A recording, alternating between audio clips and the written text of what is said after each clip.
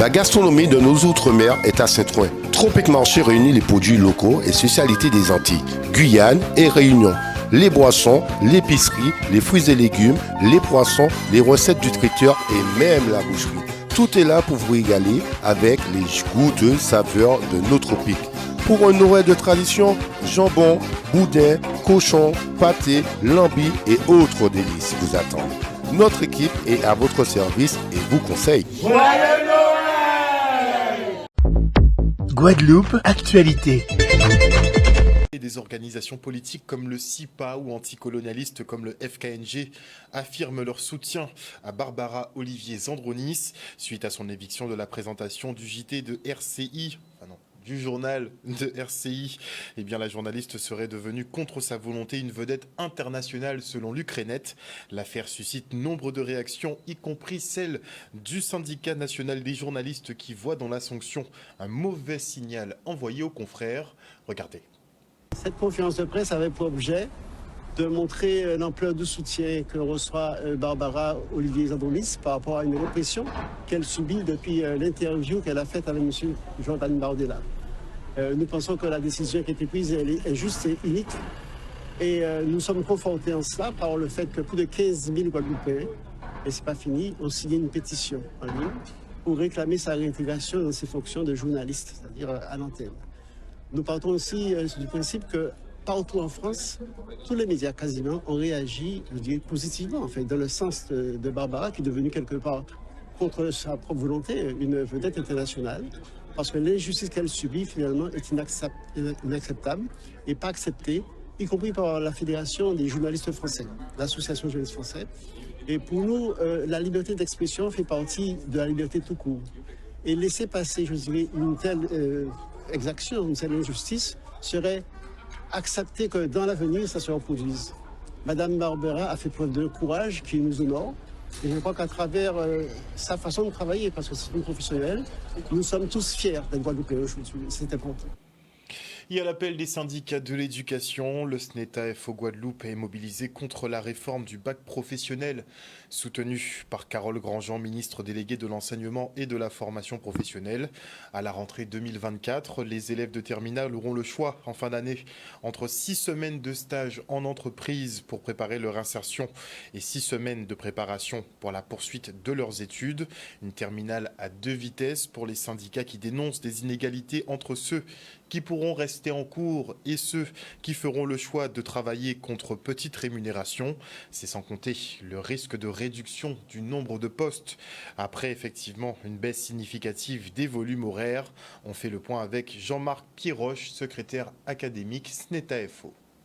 Il faut savoir que cette mobilisation, c'est un appel à la grève nationale contre la réforme prévue de Mme Grandjean, qui compte modifier la classe de terminale Bac Pro dès la rentrée 2024, avec pour une conséquence pour les élèves, un choix entre 6 semaines de stage supplémentaires dès le mois de mai ou 6 semaines de cours en classe pour d'autres élèves. Nous, ce qui nous dérange, c'est premièrement plus de stages, ça veut dire moins d'heures de cours, donc moins de besoins, donc ça veut dire des suppressions de postes en perspective dès la rentrée 2024. Deuxièmement, 6 semaines de stage, nous estimons que c'est de la main-d'œuvre gratuite pour le patronat. Ça, c'est un deuxième point. Et un troisième point, c'est un passage en force qui est organisé par Mme Grandjean, ministre, secrétaire d'État chargée de l'enseignement et de la formation professionnelle, puisqu'à ce stade, aucune organisation syndicale n'a été consultée pour mettre en place cette réforme. Donc nous estimons que nous sommes, la voie professionnelle est en danger, est menacée. Notre statut de PLP, puisque nous sommes professeurs de lycée professionnel, est aussi menacé. Et c'est pour cela donc nous nous mobilisons aujourd'hui et d'autres collègues aussi sont mobilisés devant d'autres établissements. Dans certains établissements, les établissements sont complètement bloqués. Dans d'autres, c'est le droit de grève ou le droit de ne pas faire grève. Donc certains collègues ont pris leurs élèves. Mais je peux dire que majoritairement, les PLP sont sensibilisés et ont décidé aujourd'hui de ne pas faire cours afin de montrer leur mécontentement face à ce qui s'appelle une dictature organisée, ou dans le sens personne ne peut arrêter ce qui est enclenché, c'est-à-dire la mise en place de cette réforme dès la rentrée 2024. Depuis quelques années, des laboratoires de fabrication voient le jour dans les établissements scolaires de Guadeloupe, comme au lycée Raoul-Georges Nicolo.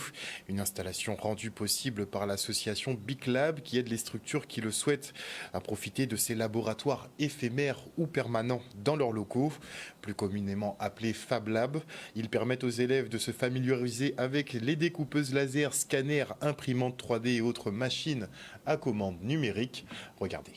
Les Fab Labs, donc Fabrication Laboratory, donc un espace à la fois où doit s'exprimer donc l'intelligence pour la conception et surtout s'exprimer les idées. Donc là, un espace qui est dédié à nos élèves de Guadeloupe dans les établissements. On en a 8 aujourd'hui qui sont déployés et permettre de passer d'une idée à la réalisation concrète, le prototypage, la réalisation de maquettes et permettre à nos élèves en fait, de s'intéresser à avoir cette idée de produire quelque chose. Le lycée Raoul-Georges Nicolo dispose effectivement d'un Fab Lab, de découpeuses laser, on dispose de scanners 3D, d'imprimantes 3D, tous ces outils de machines à commande numérique. C'est familiariser ces élèves-là, non pas seulement avec les outils, mais l'usage qu'on peut en faire. Et ils sont encadrés par des enseignants, donc ils ont participé pour beaucoup à des concours où ils ont présenté des objets, des projets où ils ont eu à mettre en œuvre à partir de ces outils-là. Donc ça leur donne, l'idée c'est de créer aussi chez eux des vocations et de l'intérêt pour le faire, c'est-à-dire créer une communauté de jeunes qui découvrent qu'on peut se servir de ces deux mains autrement que pour écrire et aussi pour créer. L'aventure du Big Lab a commencé en 2005 par la création d'une association qui regroupait des professionnels d'éthique dans la Caraïbe. Donc quand je dis dans la Caraïbe, on allait jusqu'à Sainte-Lucie et Haïti. Et en 2017, on a décidé de prendre le virage Fab Lab. Donc on a changé de nom, on est devenu le Big Lab. Actuellement, on est comme des musiciens qui se déplacent avec leurs instruments et leurs sonos pour faire un concert. Et donc nous, on va monter des Fab Labs éphémères dans des entreprises, dans des collectivités, des médiathèques ou des établissements scolaires. On est en train, quelque part, de ramener un peu de l'école d'ingénieurs dans les établissements. Et ça, c'est quelque chose de beau, surtout pour notre pays, lié à notre insularité. Le fait de ramener ça en Guadeloupe, ça permet réellement d'apporter un plus à nos élèves. Et l'idée étant qu'une fois que ces élèves-là vont se retrouver en études supérieures, que ce soit en université, en école d'ingénieurs, dans l'Hexagone ou ailleurs, partout dans le monde, qui n'est pas à rougir de la comparaison faite avec des élèves venus d'autres territoires, parce que eux, en Guadeloupe, ils auront eu à faire et ils auront utilisé du matériel de pointe. C'est vraiment extrêmement important que les Fab Labs se développent et que l'ensemble de nos jeunes y accèdent, que ce soit ceux qui sont appelés à devenir futurs ingénieurs, garçons ou filles, ou bien ceux qui viennent juste parce qu'ils sont curieux ou curieuses. Et chaque année, la maison familiale rurale de Pointe-Noire offre un ordinateur aux jeunes qui intègrent l'établissement. Une manière pour eux de lutter contre la fracture numérique et un peu équilibrer les chances. Le reste en images. Depuis la pandémie, on s'est rendu compte qu'il y avait des jeunes qui n'étaient pas équipés lorsqu'on a voulu faire les cours à distance. Donc depuis, on a sensibilisé le service du FSE et chaque année, on offre un ordinateur à chaque nouvel élève qui rentre dans l'établissement. Ça va nous aider beaucoup, ça nous fait plaisir, ça va nous aider à faire nos leçons, nos travaux pratiques, etc. La MF me fait confiance pour m'offrir un ordinateur pour qu'elle puisse travailler et avancer. Je suis bien contente parce que c'est vrai que maintenant avec l'inflation, c'est pas évident d'avoir des outils d'informatique et que l'école puisse donner aux élèves, je trouve ça très bien. On a fait un point sur tout ce qu'il y avait comme déviance constatée auparavant et on a bien rappelé par rapport à ce qu'on fait en salle de cours actuellement avec les élèves. Des fois, on les sollicite pour travailler à la maison et bien souvent, quelquefois, il n'y a pas d'ordinateur, il n'y a pas d'outils et il n'y a pas d'Internet. Donc, notre accompagnement va effectivement à la mise à disposition de l'ordinateur, mais aussi pour les familles qui seraient vraiment en difficulté, de mettre des clés 4G pour que ces enfants-là puissent travailler correctement à la maison.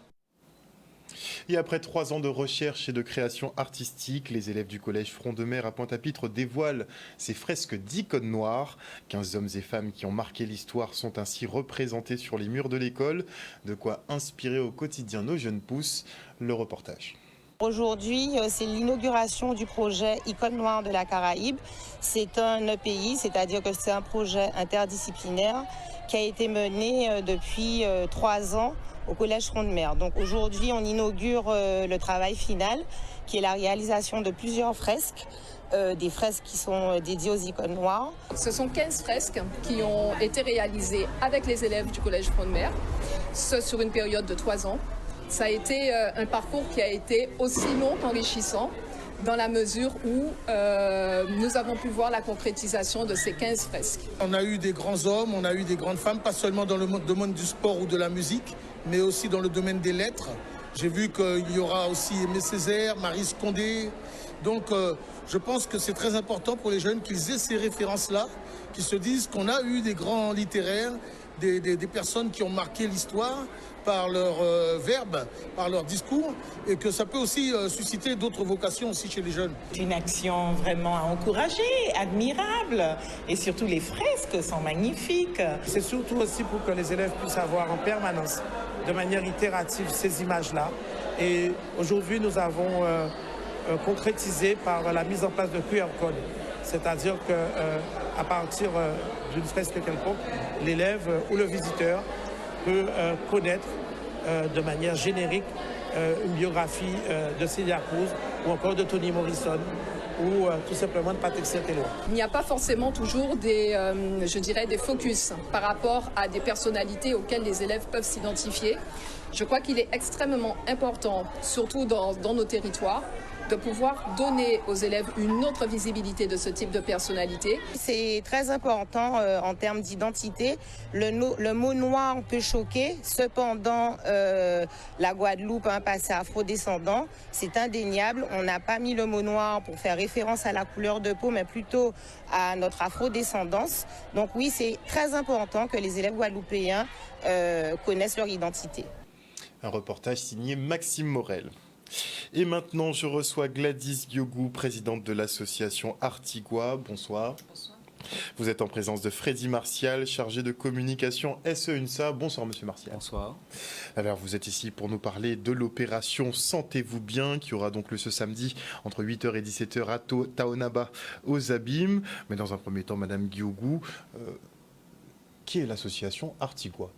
Alors l'association Artigua, donc c'est l'association des artisans de Guadeloupe qui est née en 2019 et elle regroupe en fait 2 secteurs, donc un secteur artisanal et un secteur bien-être.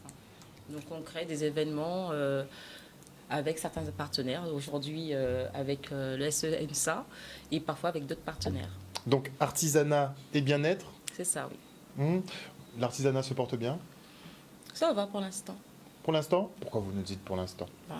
On ne sait pas de quoi faire ça. Des conjonctures économiques. Exactement. On a passé quand même des années assez difficiles. Assez difficiles, oui. Du coup, on a ouvert une boutique artisanale pendant le confinement, justement, pour permettre aux artisans de déposer leurs articles dans la boutique. Et on a fait un système de drive où il y avait des commandes et puis les personnes venaient récupérer ce qu'ils avaient besoin, leurs articles. En tout cas, les artisans ont besoin de sites pour écouler leurs produits. Donc, vous travaillez aussi à cela. Et donc, de temps en temps, vous vous associez avec d'autres organisations pour mettre en place certains événements autour de la santé principalement ? La santé, mais l'artisanat aussi. Il faut savoir que l'artisanat, il faut qu'on puisse la mettre en valeur, promouvoir ce qu'on peut faire sur notre territoire. Mais avec, il faut se sentir bien. Donc, on a fait d'une pierre deux coups, donc un pôle artisanal, un pôle santé. Ce qui fait que quand les personnes viennent avec leurs enfants ou avec leur famille, peu importe, ils font leurs achats et en même temps, ils peuvent se faire du bien, se faire masser, faire des bougies d'oreilles, faire des séances de yoga, de méditation et aussi prendre des informations pour eux-mêmes pour repartir avec des contacts. Alors, quel sera le rôle de l'UNSA dans tout ça ? En fait, nous sommes enseignants, donc nous avons un rôle de pédagogue. Nous allons aussi au contact des enseignants et d'ailleurs dans les reportages qui sont passés tout à l'heure, on a vu deux facettes de l'éducation. D'un côté, les enseignants qui sont en lutte. Et de donc le stress déjà. Exactement, donc on y arrive. Et puis de l'autre, une très belle fresque de la vie des enseignants qui, à travers l'art, tout ce qui était montré tout à l'heure dans le reportage. Donc nous, en qualité de syndicat, on rencontre les collègues tous les jours.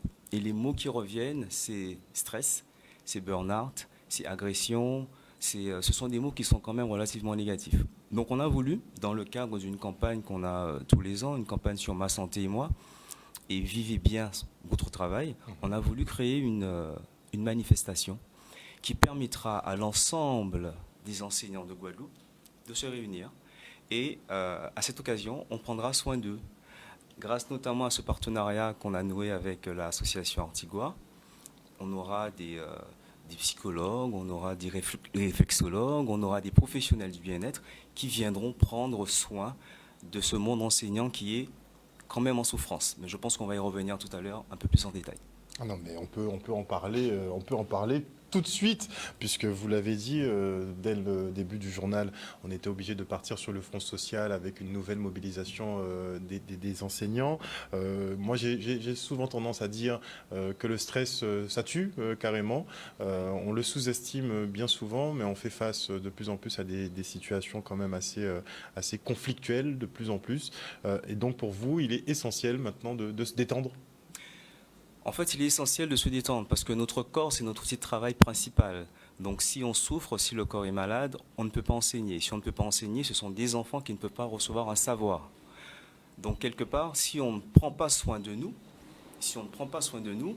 ben on ne peut pas travailler dans de bonnes conditions. Le SE-UNSA, c'est un syndicat qui travaille en amont avec les enseignants, c'est-à-dire que lorsqu'il y a un problème dans une école, on rencontre les enseignants. Mais on veut aussi, à travers cette manifestation qu'on organise le 16, montrer aux enseignants qu'on peut prendre soin d'eux après le travail. C'est-à-dire qu'on s'occupe d'eux avant, on s'en occupe aussi après. Et donc la manifestation du 16 a pour objectif de nous réunir et de nous faire passer un moment de déstress. Parce que le stress, c'est au quotidien. Lorsqu'on va aujourd'hui au contact des enseignants dans les écoles, les mots qui reviennent souvent, c'est risques psychosociaux, c'est stress, c'est burn-out, c'est culture du risque, c'est harcèlement, c'est agression, c'est nuisance sonore, c'est travaux, c'est bruit, c'est poussière. C'est un champ lexical qui est extrêmement négatif. Nous, ce qu'on voudrait, c'est que les enseignants vivent bien leur activité, vivent bien leur travail. Parce qu'un enseignant qui travaille dans de bonnes conditions, c'est un enseignant qui pourra faire passer son savoir facilement et ce sont des élèves qui vont pouvoir aussi recevoir ce savoir très facilement. Voilà. Alors comment ça va se passer ce samedi 16 ? Alors, l'ouverture des portes se fera à partir de 8h30. Il y aura pendant toute la matinée, donc, toute la journée, mais principalement le matin, donc des soins. Donc, on va mettre en place des ateliers de massage, de lâcher prise, gestion du stress, se sentir bien au travail. On aura aussi de la réflexologie plantaire, de la réflexologie crânienne, de la méditation, plein de petits ateliers autour de la santé et du lâcher-prise surtout et de se connaître soi-même. Et l'après-midi, donc on aura un chanté Noël, on aura aussi, non pas chanté Noël, un gospel, voilà, un gospel, une remise de cadeaux pour les enfants. Et pendant toute la journée, nous aurons nos artisans qui seront là aussi pour pouvoir promouvoir donc le local. Ce que je peux rajouter, c'est qu'en fait, nous, en qualité d'enseignants, on aimerait que le marché ait une dimension pédagogique.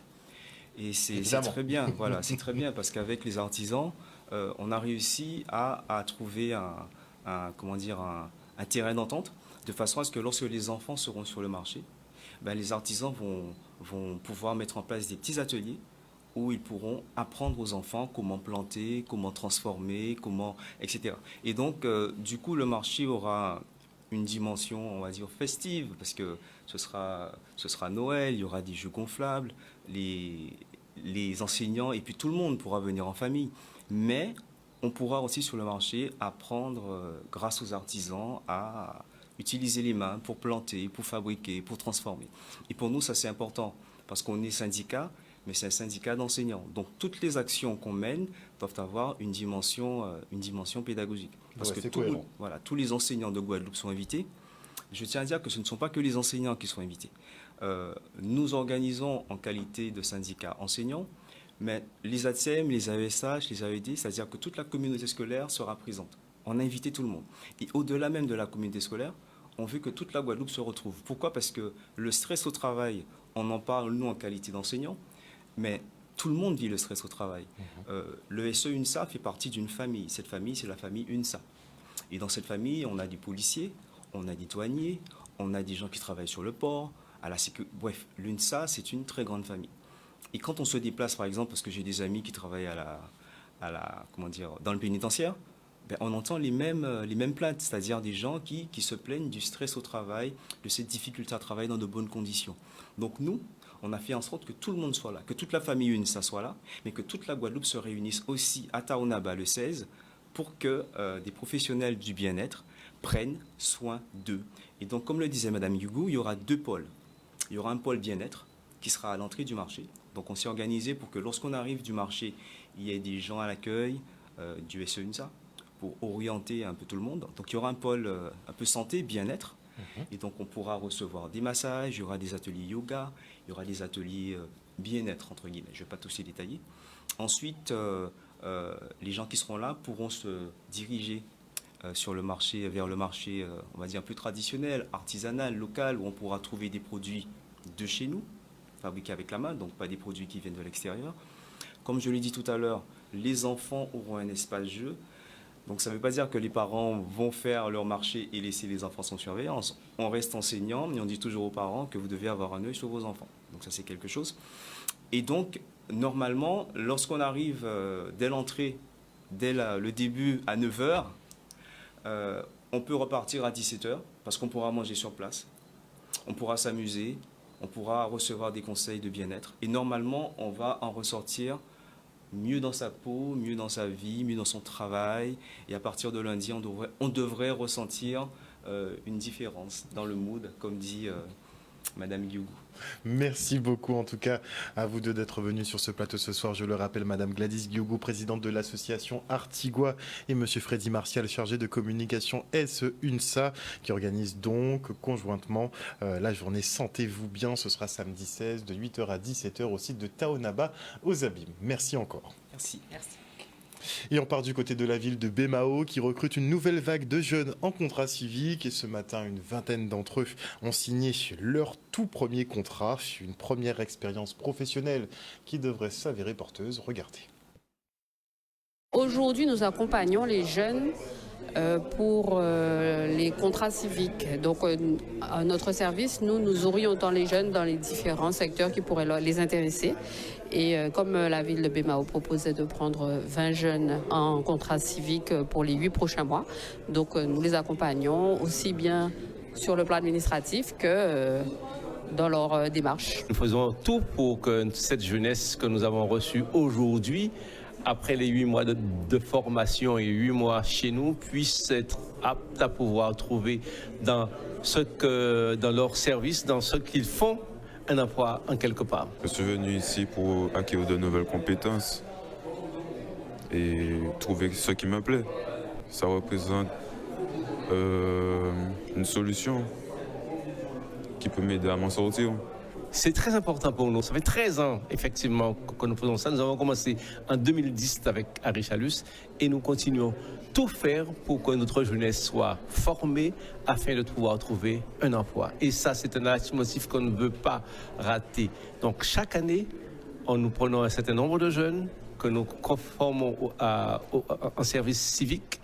Nous n'avons jamais cessé afin qu'eux puissent trouver quelque chose. Au moins, si nous arrivons à placer ces 20-là, avant même la fin le début de l'an prochain, nous recommencerons.